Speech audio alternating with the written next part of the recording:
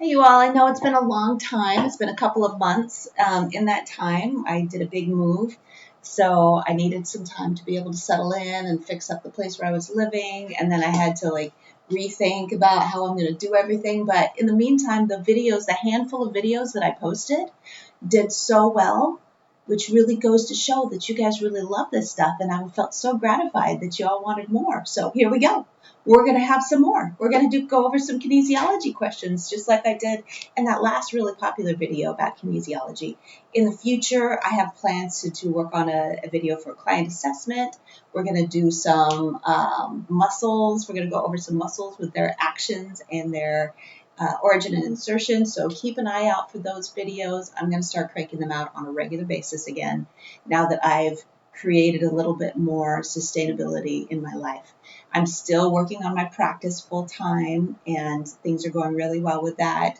And I want to get out here and start putting this information out for you guys again.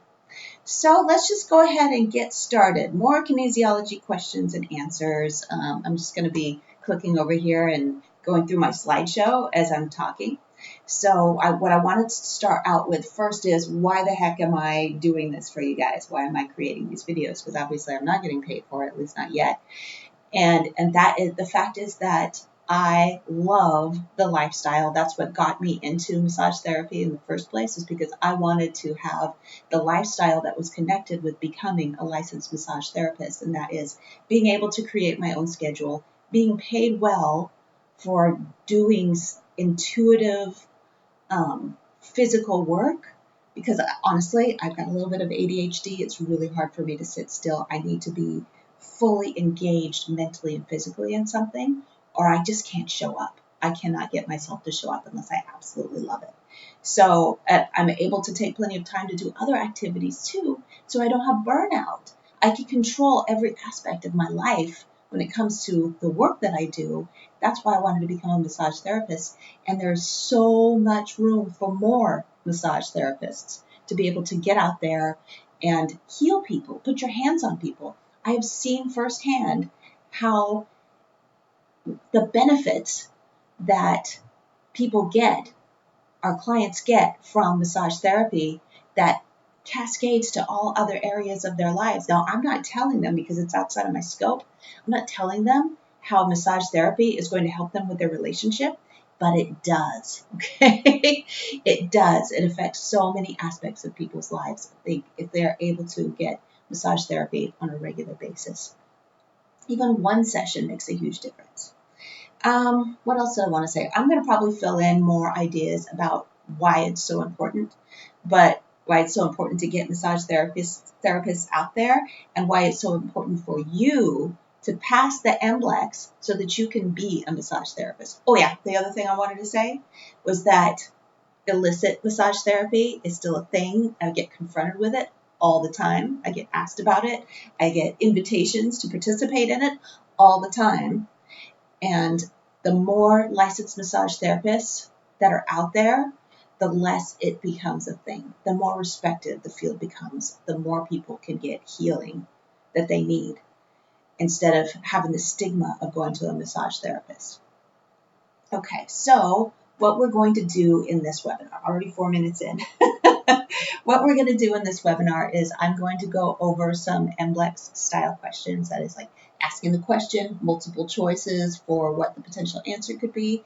I'm going to go through and talk about each option and kind of decide whether or not each of those could be the right one, because there's a lot of nuance that goes into MBLEx questions. That's how the board that created the MBLEx test, that's how they set it up, so that they can see how in-depth and knowledgeable the students are, and be able to see whether or not they're going to make good choices in the moment. Like, you may not know all the details of everything that you could know. You're like, as though you're like a physician or a physical therapist and you've been in school forever and ever. But they want to know that you'll at least make the best possible choices. And so that's what we're going to go through when we're looking at these multiple choice answers. And then we'll go with what I've decided is the best answer. Because I'm an expert. Anyway, you might have some arguments, and that's why you should put it in the comments whether or not you agree with me that that's the best answer, and we can start a discussion about it. So what you're going to get from the webinar is that you are going to have some practice. So I'm going to end up posting these slides in the video. All the things that you need to know for kinesiology, I have listed. I have actually I have a study guide. I have a study guide that will be posted. The link to it is going to be in the description of this video. There's going to be a lot of changes going on with a new website and updating things, but anything up to date, any links for you to be able to acquire this free PDF printable study guide that I got from the Federation of State Massage Therapy Boards, it's in the description or like in my about page. It'll take you to it, and you just put your name and email address in there, and you'll get it. You can print it up, and you can go like through a checklist of everything that you need to know in order to pass the MBLEx. And one of those areas, one of those categories is kinesiology in general, and I have a list here of everything you need to know for kinesiology, and that is you need to know the anatomy and physiology of the micro, from the micro to the macro, from the little tiniest myofibril to the whole muscle group. You need to know the whole, like how the muscle system works and what everything is called. Skeletal muscle components and characteristics. You need to know the concepts of muscle contractions. You need to know all of those neuroreceptors like proprioceptors, Golgi tendons, Golgi tendon organs, and muscle spindles. You need to know all that stuff. You need to know where the muscle locations, attachments, and actions are. I have a video coming up on that really soon. Keep an eye out for that. Joint structure and function. You need to understand range of motion. So is that it? Okay, we're going on. So you need to be able to differentiate skeletal, smooth, and cardiac muscle fibers. You need to be able to understand the structure of muscle fibers. That's organization types on a microscopic level. That is the fascicle fiber, myofibril, sarcomere. I was talking about that in the other area of kinesiology. Types of levers, muscle spindles, and Golgi tendon organs, where they are and what each does. And then aerobic and anaerobic metabolism in muscles. Now, I have a two-part couple of videos that were recorded kind of poorly that give you kind of an introduction to some of these kinesiology concepts, especially like the structure of the muscle fibers from the smallest to the biggest, going like level up from like the tiny fiber all the way up. Also the types of levers, both muscle spindles and GTOs, and the sliding filament model. I talk about that too. Those are all in that other video, in that other set of videos. So if you want to go over that again, you can. I want to make better videos. I know I need to. So let's see. And then, muscle contraction initiation, motor unit, sliding filament model, types of muscle contractions, that is isometric, eccentric, concentric, that's definitely in the other videos, agonist and antagonist, synergists, prime movers, postural and phasic muscles. All of that is in the other videos. And then, joint structure and function, you need to know that. Differentiate the different types of joints. So that's synarthrotic, diarthrotic, amphiarthrotic, the structures of a synovial joint, types of synovial joints, that is saddle, ball and socket, etc., location of major types of joints in the body. I am going to be making a bunch of videos about that. I'm just so excited. I'm so excited to get back to this. And then range of motion. I think that's the last section. And then we'll get started. We'll get started on the questions. I'm just giving you an overview of what you need to know for kinesiology. So you need to understand range of motion assessment for each of the major joints. So you do need to know the major movements at each joint, which is the spinal joints, glenohumeral, scapular, elbow, wrist, acetabular, that's the hip, and the knees and ankle joints. So you need to know all the movements that are associated with that in order to be able to understand what the range of motion is, the approximate degrees of the range of motions, and each of those approximately, like, not outrageously. There's some joints that don't go 180 degrees, right?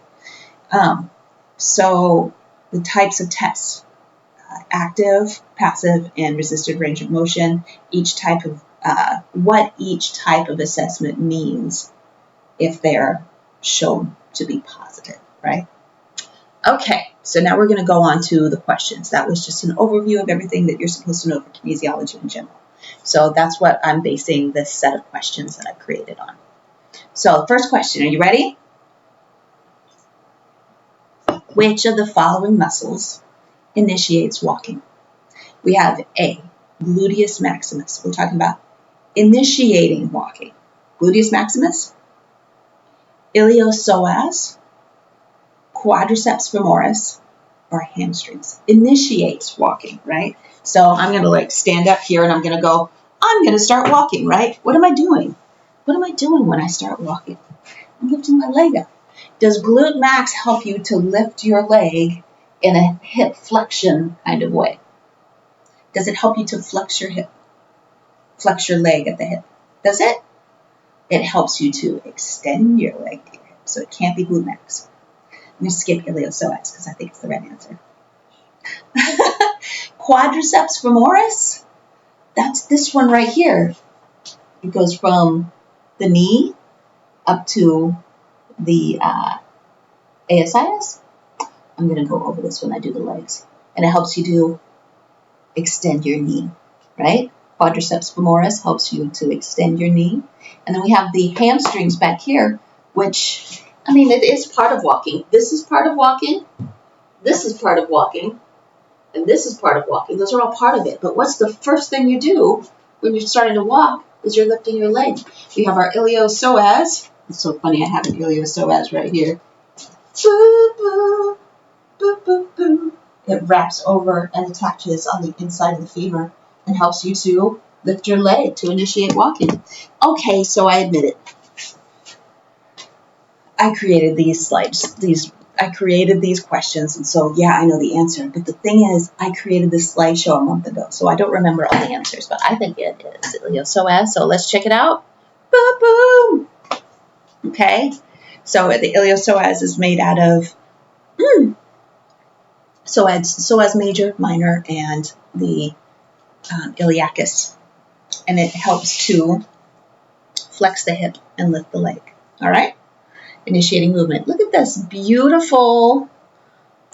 beautiful images my daughter made for me. I am so lucky to have her in my life helping me out on this project. All right, next question.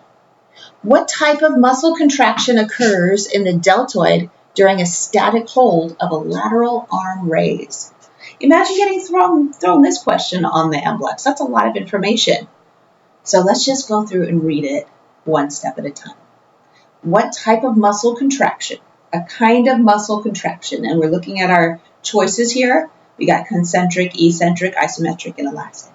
These are our choices. So we know that it's going to be a type of muscle contraction out of those. I think there were 3, weren't there?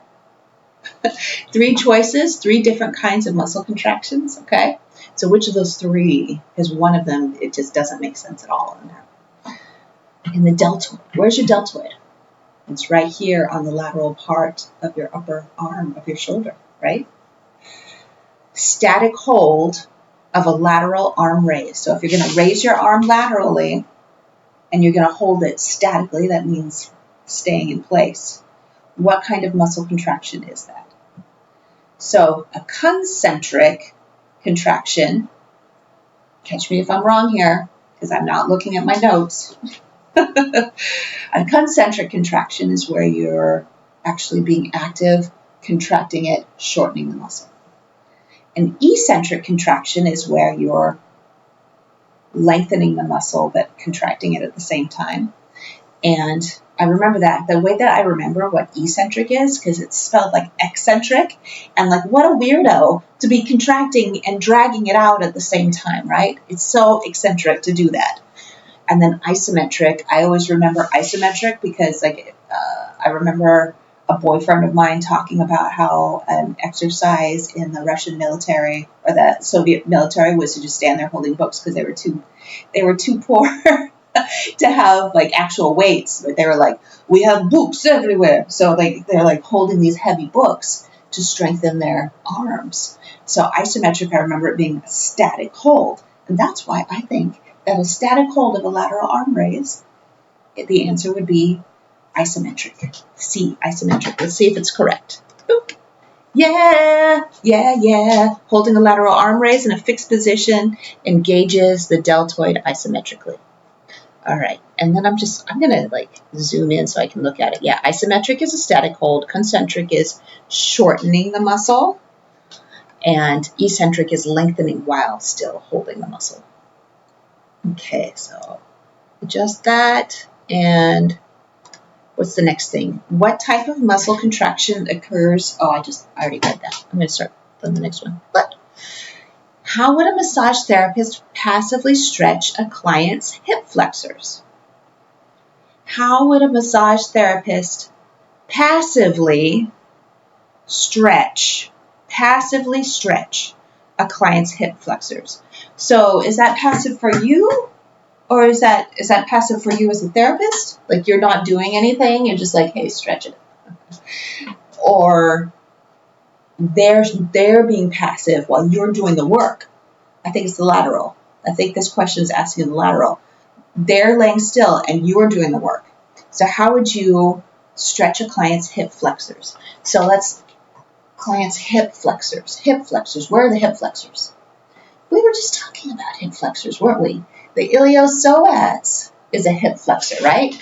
Tensor fasciae latae, iliopsoas. These are hip flexing muscles. They make the leg go whoop, right? Hip flexing muscles. How would a massage therapist passively stretch it? Okay, how do you stretch those muscles? You lengthen them. How would you lengthen that muscle? Okay, so here's the choices that we have. We don't have to know the answers, okay? We just have to pick the best answer out of the options that we're given. So let's look at what the options are. A, have the client lie prone. That's face down, right? You're prone because your butt's showing, okay? Prone and flex their knee while extending their hip. So that means that they're laying face down, knee flexed, and extending the hip. So that would stretch that area. So let's put a pin in A. B, have the client lie supine. That's laying on the back because it's the opposite of prone, right? Lie supine while the therapist flexes their hip and knee. That means the therapist is bringing their hip and knee up.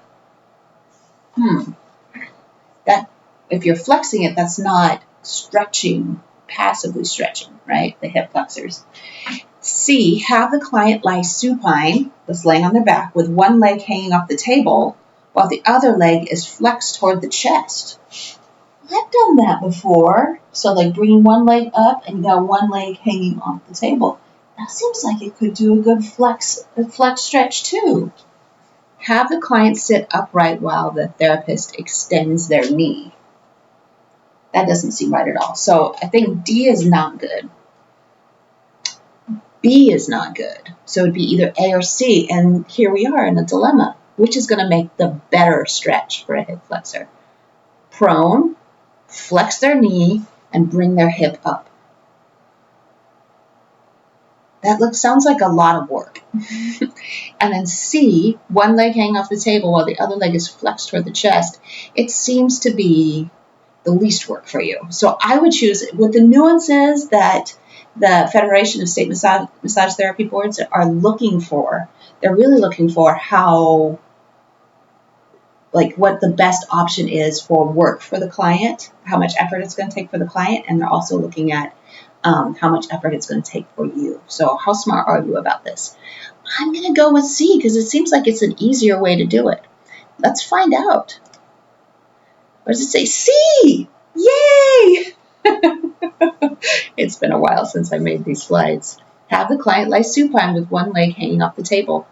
And if you have, like, I have my clients undress and they're usually either in their shorts or wearing no clothes at all, because I integrate relaxation into treatment work. So if I need to stretch those hip flexors, I do a really good wrap with that drape in order to make sure that they stay modest, especially my gentlemen, anyway. So I wrap the drape all the way around the leg, pull two sides together, and I twist them, and I have them hold on to it, and then I do stretches of the flexors that way. Okay, let's see, is there any more information on this slide that is important? This targets the iliopsoas and rectus femoris. Other positions are less effective or target different muscles, less effective. Okay, there we go. All right, let's see. Next question. What tendon is involved in medial epicondylitis? Medial, so this is testing our understanding of our elbow anatomy. Okay, so let's see. I'm looking at this anatomical image over here on my wall. So, no, that's not anatomical. That guy's anatomical, so I'm going to come closer to him. You see how his hand is out, right? So his hand flat. That's the anatomical position. So let's use our imagination. So when you're in the middle of doing your testing, you're going to be asking yourself these kinds of questions, because you're not allowed to bring anything in except your own brain into this test. So you're going to have to use your own body, okay? So when you're thinking about your elbow and your hand is in anatomical position, and you want to know about medial epicondylitis, golfer's elbow, tennis elbow, I've never been able to keep that straight, but medial is on the inside, lateral is on the outside, correct? So it's going to be this end of the elbow. That's where the epicondylitis is. What is epicondylitis? It is inflammation of the muscles that attach to the epicondyle. Okay, so what muscles are attached to the medial epicondyle? I always remember that the muscles go this way and the muscles go this way, right? So everything that's on the lateral side is extending, right? Everything on the lateral side is extending the wrist. Everything on the medial side is flexing. Okay? So shoop, flexing. Shoop, extending. Lateral, flexing, medial. Okay, I've repeated it enough times. Forget it. Okay. So here are options. A, common extensor tendon. That doesn't make sense because that would be the lateral side. B, common flexor tendon. That could be it. B could be it. Biceps brachii tendon doesn't attach to the epicondyle at all. Okay? And then we have, I think it attaches to, I'm going to be working on that. I'm going to be posting that video really soon about where the biceps attaches, but it does not attach to the epicondyle. And then finally, the triceps brachii, which attaches to the olecranon process, it does not attach to either of the epicondyles of the elbow. So it's got to be B, the flexor tendon. Okay, choo, choo, choo, and you can feel it too if you touch. Here's another clue for when you're in the testing situation. You can't remember whether it's extensors or flexors. You touch that medial epicondyle where the muscles attach, and you flex, you can feel it go bump, bump, bump. Okay? All right. So the answer, where are we? Boop. My daughter did such a good job on these images here. I'm going to zoom in on it a little bit. Common flexor tendon. And here we go. Lateral epicondyle. So these elbows are all in anatomical position. Lateral epicondyles on the outside, medial epicondyles on the outside. So the wrist flexors are on the inside and the extensors are on the outside. Yeah. Thank you, Star Girl. Okay, which muscle is the prime mover for pronation of the forearm? Prime mover. What's a prime mover? Prime mover is the main muscle that moves something at a joint, right? The main muscle that moves something at a joint.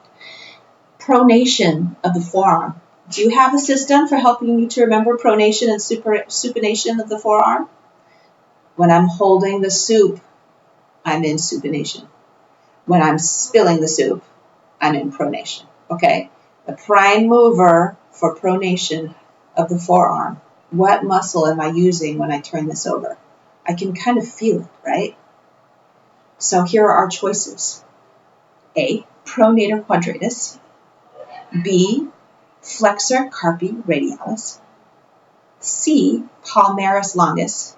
Or D, flexor digitorum superficialis. I can tell what the main action of a muscle is according to its name. So you can look at the names of these muscles. Pronator, flexor, palmaris, flexor. You can tell what the original people that named these muscles could see that those muscles did, right? So for the flexors, that means it flexes something. So in flexor carpi, its main thing is it flexes the carpal bones, right? It flexes the wrist. Flexor carpi means flexes the wrist. Extensor carpi means it extends the wrist. Okay, so we got that. We've got palmaris. So it does something with the palm. We know that palmaris is going to be on the inside of the arm. It does something with the palm. Specifically, it helps you to be able to grab things. And then flexor digitorum is about flexing the fingers. Okay? Pronator is for pronating. So I'm going to say A. That was an easy one. You're going to get some easy ones on this MBLEx. That's how it was for me when I took my MBLEx test. You're going to get some easy questions, and it's going to be very gratifying. Pronator quadratus. So what we learned from this question was we learned about prime movers, we learned about pronation and supination, and we learned about how we can tell what each of those hand and wrist extensors and flexors are doing according to their name. And that really makes things a lot easier for you because there's a lot of little muscles to memorize in the hands and forearms. Okay. You can let it overwhelm you, or you can just slowly take it apart. So I have a list of muscle roles in this slide. Prime mover, which is the same as an agonist. It means it's the main muscle that does something. We have the antagonist, which is the opposing action. So it's the muscle that has to relax in order for the agonist to engage. So the supinator muscles have to relax. Those are the antagonists of the pronator quadratus. Synergists are muscles that help. So what's a muscle that assists the pronator quadratus? I believe it's brachioradialis. I think is one of the assisting muscles. Please put in the comment that I'm wrong if I am, or tell me I'm awesome. I'm just gonna post this video, and we're all gonna learn together, aren't we? Check it out. If you're not sure whether or not I'm right, do the research, and that will help you to memorize this content. Yes, me being wrong is helping you. Okay, which muscle contributes to only the second digit? Oh, did I skip? I did do this right, didn't I? Yeah, we got it right. Okay.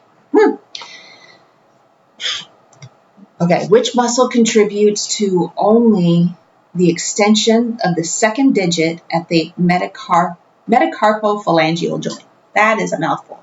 Metacarpophalangeal joint. Which is the metacarpophalangeal joint? Which one is that?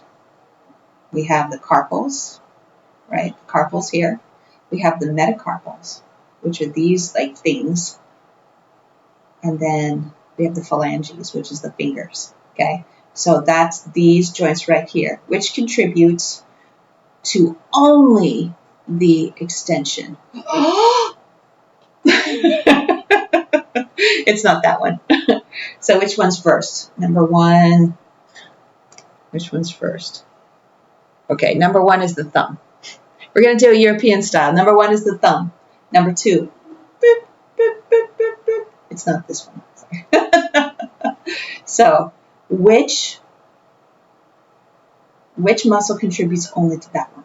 Okay, we have 4 choices. Which is the best one? Extensor indicis, extensor digitorum, the lumbricals, or the extensor carpi ulnaris, excuse me.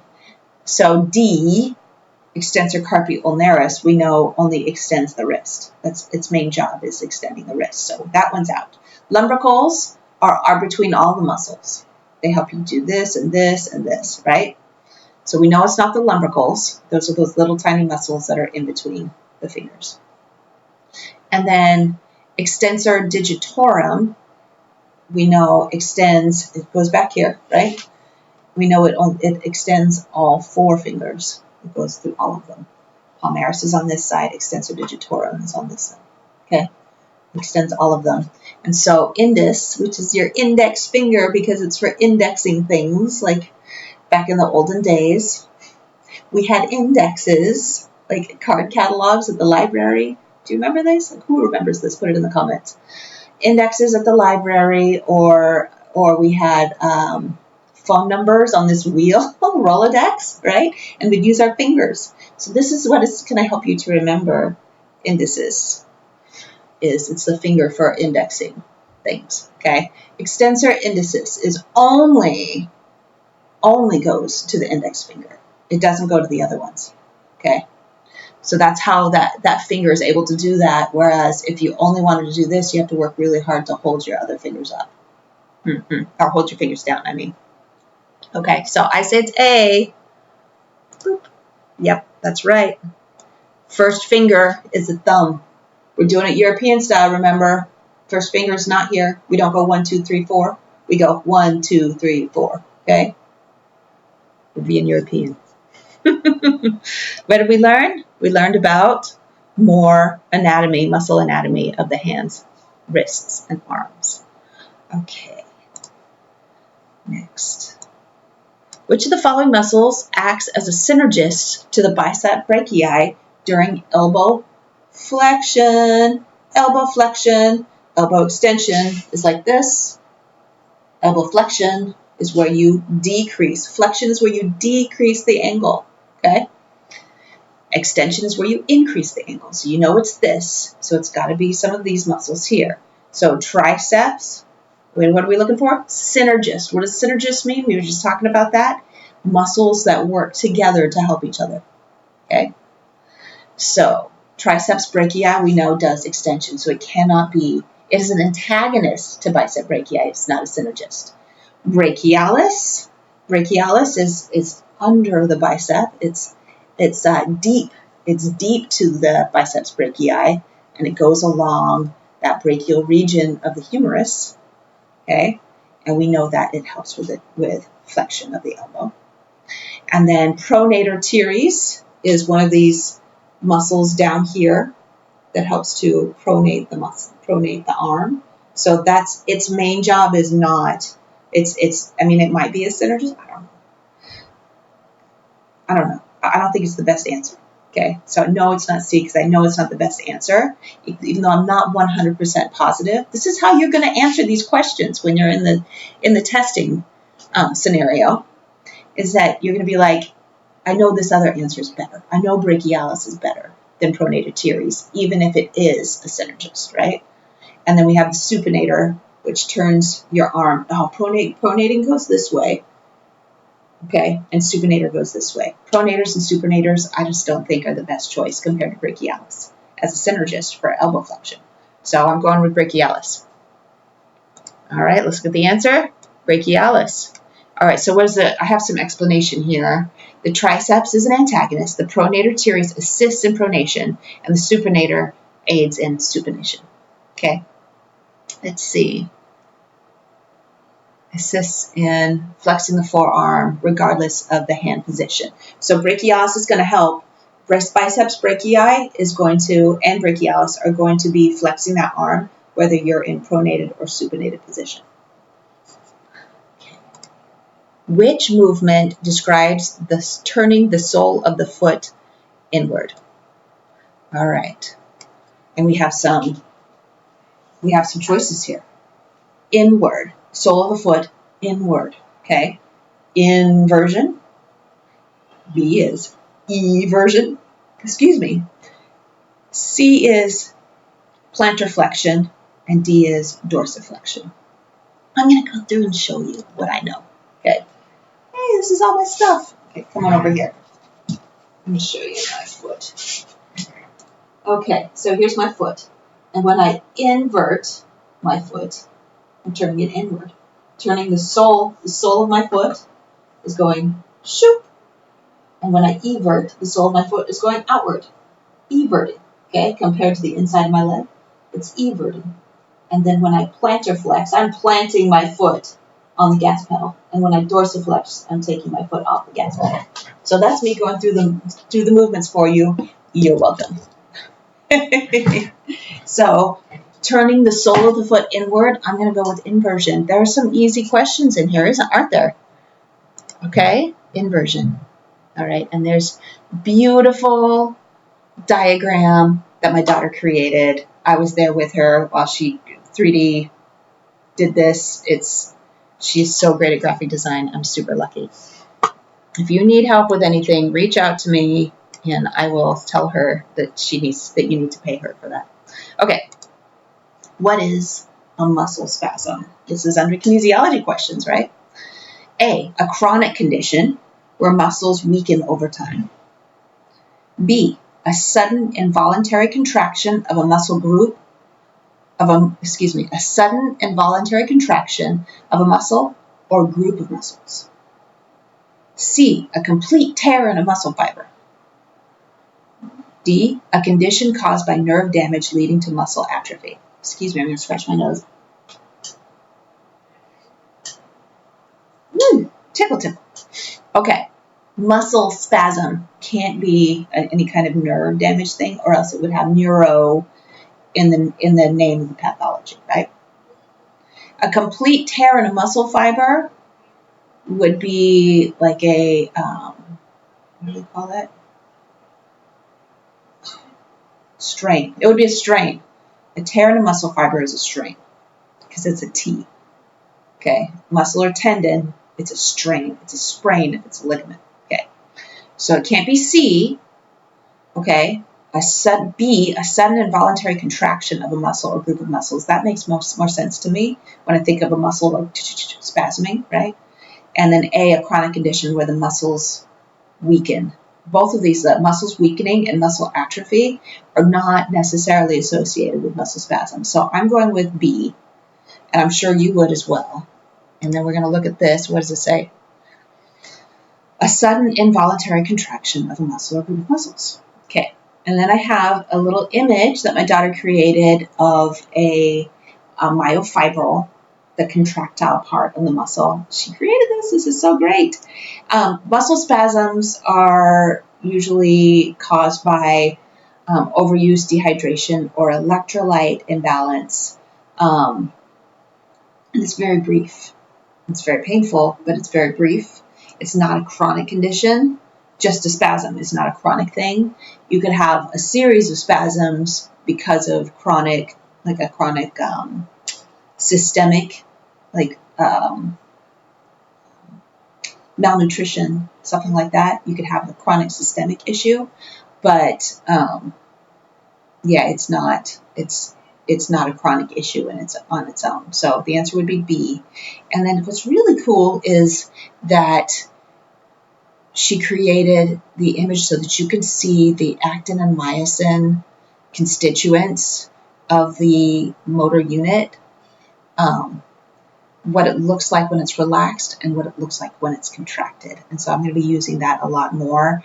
I have also in that other kinesiology video that I created, I do have an explanation of what happens, the process of the electrical impulses, the ATP and all that stuff that goes together to make the muscle contract. And when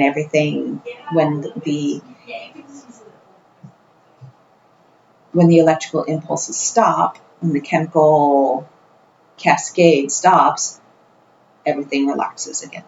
So a muscle spasm is happening because there's like some kind of chemical reaction that's happening in the body that causes the muscle to contract and stay there. Okay, so a client experiences pain during passive range of motion, but not during active range of motion. What does this indicate? This is really important. Remember we were talking about what you need to know regarding range of motion. What does a positive test in each of those mean? So a client experiences pain during a passive range of motion test, which means that it's positive, right? It has a positive indication. So let's think about active range of motion. When you tell someone to abduct their arm at the shoulder, right? So they're abducting their arm at the shoulder. That's an active range of motion. If they feel pain in the shoulder, then that could, in this area, that can indicate a muscle issue or a joint issue, a joint or ligament issue, okay? But the muscle has to contract in order for you to be able to lift your arm. So that's an involvement, but also the movement is happening at the joint, which means that it could be that too. Now, if you go through and lift their arm for them and they're not contracting their muscle and they still have pain, then that eliminates, that passive test eliminates the chance that they're contracting that muscle, which means that it's probably not a muscular issue. It's probably a joint or ligament issue, okay? So keep that in mind. When it's a positive test for passive range of motion, that means the muscles aren't contracting. And so that indicates that it's probably a joint issue. So joint or ligament injury would be B. So A is muscle weakness. That means there's muscle involvement. You would get that in resisted or active range of motion. Nerve impingement, that could be an issue too. But I don't think it's the best one. Okay, because you could have nerve impingement in any of those actions. So, and then D, muscle strain. So I'm going to go with B.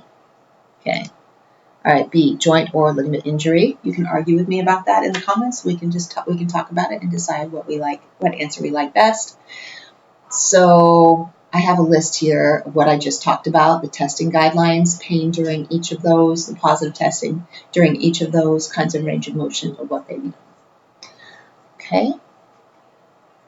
It looks like we got a joint question. What kind of joint is the elbow joint? Elbow joint. So let's think about everything that the elbow does.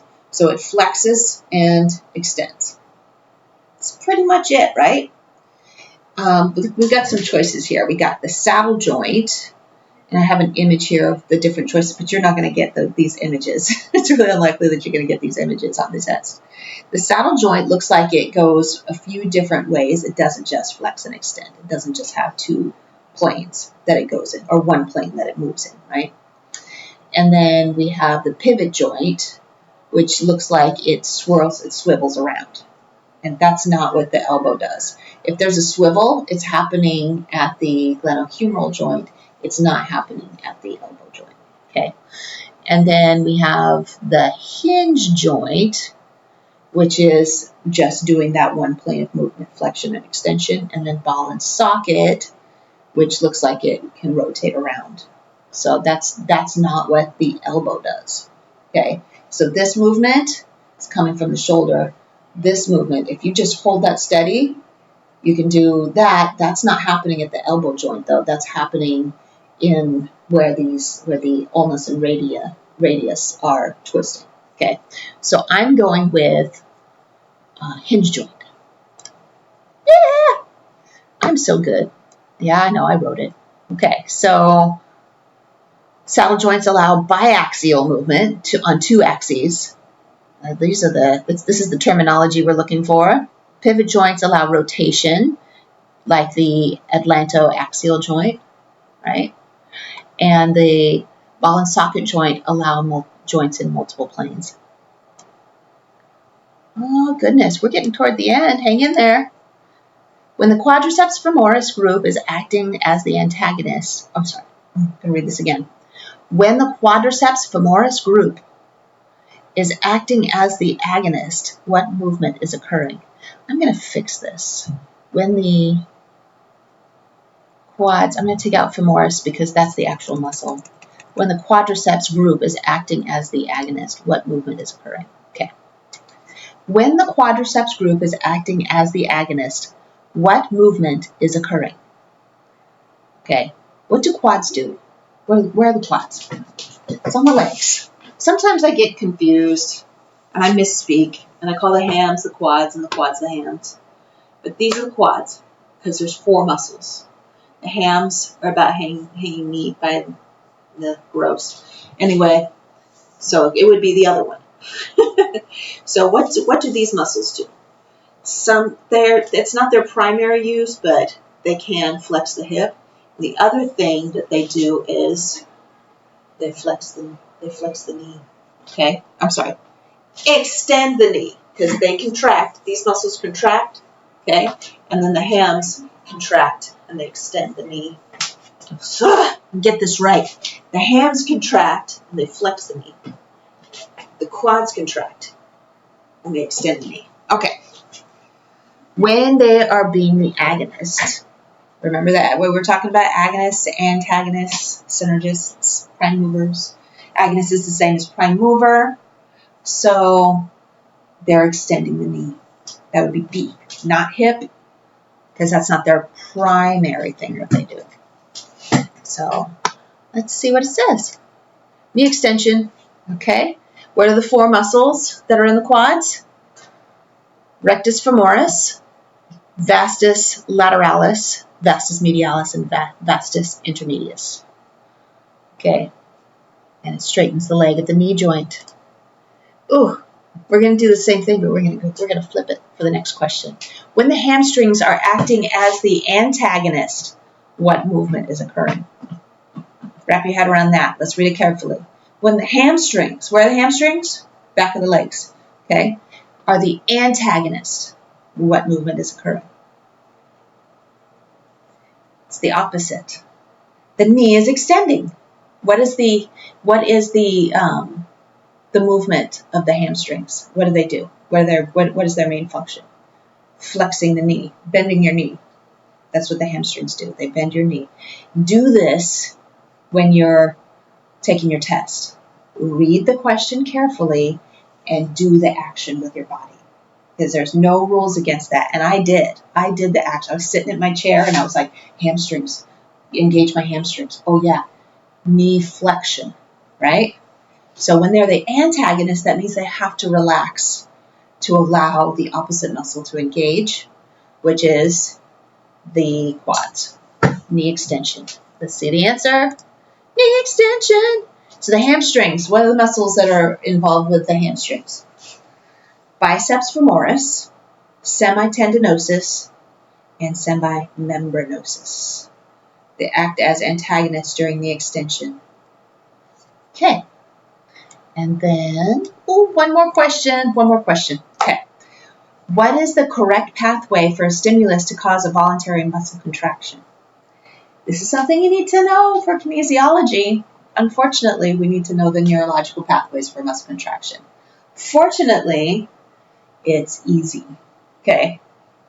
So, stimulation to cause a muscle contraction. So something is making a muscle contract. So does it go from a spinal cord, which is like whether it's a reflex or whether it's voluntary, involuntary or voluntary contraction. It's always at the spinal cord. If it's voluntary, then it starts at the brain, then it goes down the spinal cord. But involuntary reflexes happen from the spinal cord. So it doesn't matter. Okay. So brain isn't necessarily, maybe I might have that as the right answer. Anyway, spinal cord, sensory neuron, muscle fiber. Sensory neuron is, having a sensory neuron being in the middle doesn't make sense because the sensory neuron would send a message to your spinal cord and then the spinal cord would send a message to your muscle fiber. So it can't be, I'm looking at all of these choices and they all end with muscle fiber. So it can be in any of those, right? But I know A can't be right because a sensory neuron would be first for the right pathway, okay? This is going to be one of those questions where you have to pick the best one, okay? So B, brain to motor neuron to neuromuscular junction to the fiber. So the neuromuscular junction is a place where the neuron attaches to the muscle fiber. Okay, so that one makes sense. The brain sends a signal to the neuron, which goes down to the neuromuscular junction, and it tells the muscle fiber to contract. So B makes sense to me. C, sensory neuron to spinal cord to muscle fiber. That could be one of them, right? But that's kind of like it's skipping a lot of steps. And then D, reflex arc to motor neuron to muscle fiber. I think that could be an answer too. So the last three could be possible answers, but I like B the best because it's the most detailed. All right, so these are the nuances and how you're going to have to answer some of these. And I'll tell you the truth that this is what I explained in some of my other videos, is that when I came out of that, my MBLEx test, I was not sure whether or not I was going to pass it because they threw so many curveballs at me where I had to just pick the one that my intuition told me was the best answer because it seemed like a bunch of them were the right answer. And so I want you to have a little chat with me, an argument with me on whether or not you agree with me that B is the best answer for this, because it's nuanced, okay? So here I have a little image of the motor neuron connecting to the neuromuscular junction, which initiates a muscle contraction in the fibers. For a voluntary muscle contraction, does it say that in the question? A voluntary. I didn't read it all the way. This is the thing. This is why I wasn't sure whether or not I was passing all of the questions, whether or not I got all of them right, was because there were little places where I didn't totally read the question. And I kind of like went, this is probably the best one, and just picked it. I still passed. You'll still pass too, if you try your best to read it. Voluntary muscle contraction. You guys are going to totally catch me on this. I'm not editing this part out. You guys are going to see that I make mistakes too, okay? All right, a voluntary muscle contraction has to start at the brain. That's what I said at the beginning. Travels down the motor neuron via the spinal cord, reaches the neuromuscular junction, and stimulates the muscle fiber to contract. Okay. Now, it's been a month since I made this slideshow, so I couldn't remember the right answer, okay? I promise. So that's it for our questions. Now you know more about what kinds of questions they're going to be asking you on the MBLEx. It's like, it's not that hard, but you're exhausted by the time you're done. That's the truth. Free resources. I got free resources for you. Look in the description of this video or check out my About page on my channel, and you will find links to free study guide. I'm going to put it right here. PDF study guide that you can print and you can look at and figure out exactly what you need to study. The other thing I have is a free 100 question PDF download of practice questions from all of the different categories that you need to know in order to pass the MBLEx exam. And yeah, both of those are below. The cool thing about that 100 question practice test is that you can go through, set a timer, and hand take the test, right? Give yourself plenty of space. Do it without cheating, okay? And then the answers are provided. I wrote out a much more thorough explanation of the answers than what I put on this slideshow. You will learn from what you got wrong just as much as the answers that you got right. And then I have at the very end of the answers, I have an answer key. So you can circle the questions that you got wrong on the key. And whatever has the most circles, whatever category has the most circles, you know you need to spend more time studying. So those free resources are there for you. I created them because I want to see more massage therapists out in the world. Okay? So practice, pass that test, become a licensed massage therapist, and make the world a better place. With that, I love you. I'm going to try to post something else next week. I'll see you.